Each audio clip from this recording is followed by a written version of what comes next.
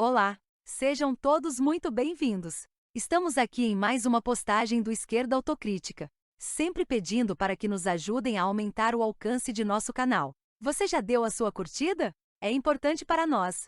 Hoje vamos querer saber se Lula é mesmo um estrategista, como vivem dizendo.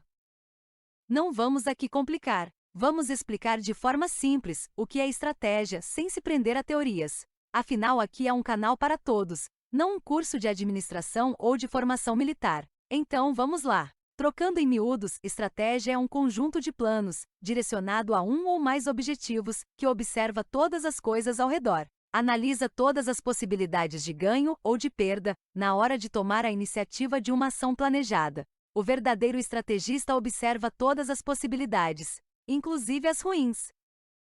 Os admiradores de Lula gostam muito de considerar o atual presidente como um grande estrategista, mas boa parte dos lulistas não sabe o que é estratégia. Para especialistas, não há qualquer tipo de estratégia em Lula. Sabemos disso, porque em nossa equipe temos alguns estrategistas profissionais. O líder petista cometeu e comete inúmeros erros, vários deles resultando em uma campanha desastrada, sem projeto de governo, que acabou recebendo uma quantidade de votos muito inferior ao esperado. A mesma falta de estratégia que está fazendo Lula governar de forma medíocre, obtendo baixa aprovação, inferior às suas gestões anteriores. Não raramente, Lula faz exatamente o contrário do que deveria fazer. Decide virar presidente mesmo estando muito idoso, portador de doença grave. Chamou inimigos para sua chapa. Não fez um programa de governo para 2023. Requentou projetos obsoletos. Quer combater a pobreza com paliativos. Faltou a debates importantes cruciais para sua eleição. Prefere falar e viajar do que recuperar o país dos estragos de Temer e de Bolsonaro. Se alia à burguesia, a mesma classe que finge combater. Estas, entre muitas outras coisas, que um estrategista sério nunca faria. Os resultados desta falta de estratégia não pararam de aparecer. Apesar de ganhado a eleição, recebeu muito menos votos do que esperava. Passou janeiro praticamente sem governar, apesar de lulistas terem inventado que ele governou feito trem-bala. Agora, não esconde mais a mediocridade de sua nova gestão. Lula está mais preocupado em viajar e discursar do que em governar. Quer estar no meio de pessoas, principalmente amigos e admiradores. Afinal, sentimental, gosta de ser ovacionado e isso é o que ele mais deseja. É o que fez ele querer voltar à presidência. Então, por que agindo de forma tão equivocada, errando sempre, ainda é considerado pelos seus admiradores como o maior estrategista político do Brasil? Como falamos, quem diz isso não entende de estratégia. Apaixonados por Lula, querem embutir nele todo tipo de qualidade. Brasileiros são religiosos.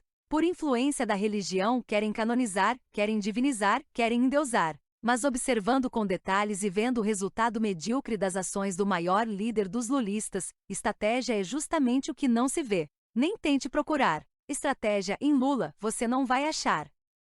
Esses elogios surreais que classificam Lula como grande estrategista se baseiam em lendas criadas a respeito de suas duas gestões anteriores. Foram boas, mas nada que se possa aplaudir de pé. Nada brilhante. Mas um festival de relatos a respeito do governo de Lula, feito por esquerdistas, deram a entender que Lula fez um governo revolucionário com gigantescas mudanças e que praticamente extinguiu a pobreza. Mas o que se viu foi uma versão melhorada do governo de Fernando Henrique, cujos problemas foram apenas amenizados, voltando todos através do golpe de 2016 que expulsou Dilma da presidência.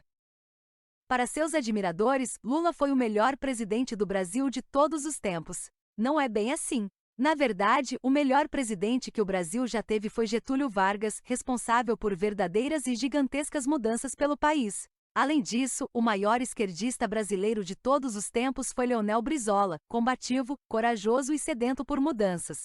E o Lula? Ora, ele nunca passou de reles pelego, bem intencionado, mas com medo de mudanças. Quer uma justiça social fajuta, distribuindo não mais que esmolas. Como considerá-lo o melhor presidente se ele não mudou nada? Lula nada tem de estrategista. Lula é um refém do capital.